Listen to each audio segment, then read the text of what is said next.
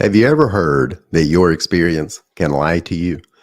And I don't mean like some freakonomics, deep study that says, for every every time a 7-Eleven is robbed, here's what all the details that everybody gets wrong because they can't rely on their own experience. I mean, our personal experience that affects us in either starting or growing a business.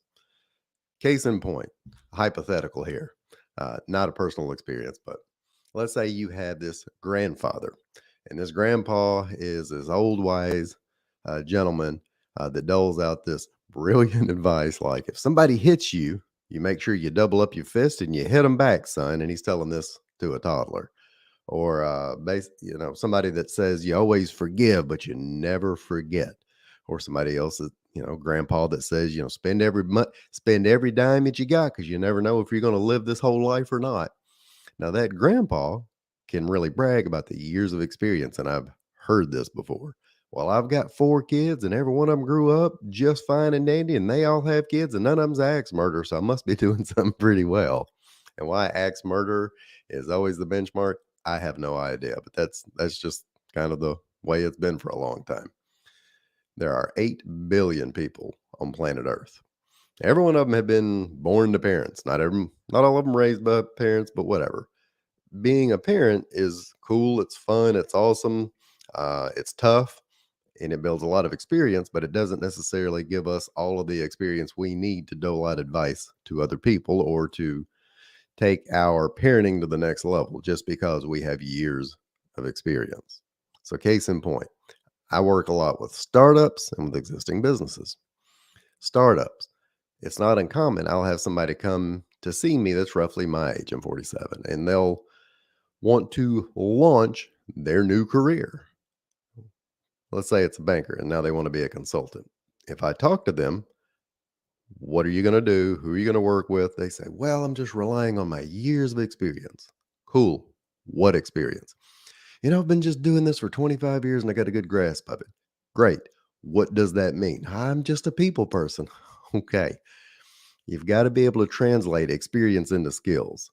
Go into meetings, being willing to pick up the telephone and talk to somebody. All of these things are fine. They're not skills. They're not translatable in a lot of cases. You have to be willing to build career capital in order to create the skills necessary and not just rely on experience that's kind of lied to you at this point. Same with an existing business. If I take somebody that's been open for 10 years and they've got a handful of employees and they've just kind of stagnated, when I want to talk to them about growth, I get well, this is the way we've done it all the way up to this point, and we're still here, so we must be doing something right, relying on experience. So, I mean, based off that example, the post office is a wild success because it's been around for decades on end, yet we know that they've got issues. Same with your business experience. You have to continue to build new skills. You can't rely on the same networking event that you've been attending forever. You can't rely on the same onboarding process with your clients, especially if you're getting client turnover. You can't rely on not really training your employees because we've never really trained them before. We've just had them follow Joe Bob around and he taught them how to do everything. So, with a startup or an existing business, your experience can lie to you. It's up to us to do a few different things. First and foremost, let's say 3 things. You want to learn a new skill regularly, whatever that skill might be in an area that you're a little weak in. I love for all of us to play to our strengths, but let's say I'm not great at reading and reviewing financial statements, even though I know that's where a lot of my business information is. Maybe you need to take a class and learn more about how to read a P&L. Better yet, maybe you need to take a webinar on how to sell or take a Toastmasters class on how to present.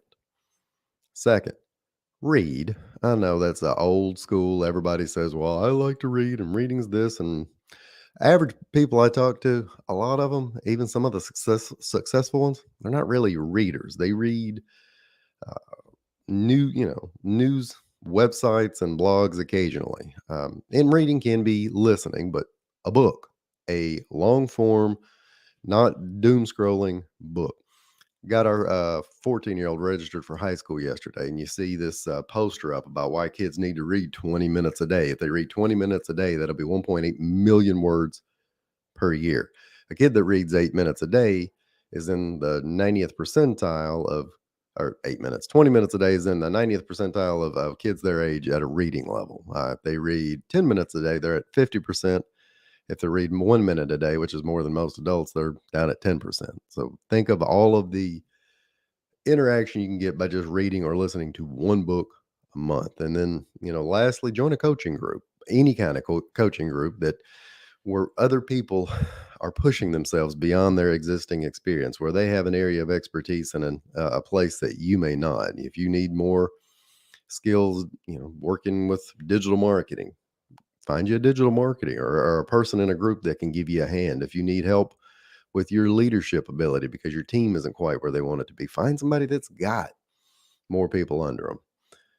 Those three things, blocking out time to learn something new, reading, and joining a coaching group, can help overcome the aspect of your experience lying to you. And as far as that grandpa goes, um, thank you, Mr. Alvin. As far as that grandpa goes, let's say if he is or isn't real, all four of his kids grew up.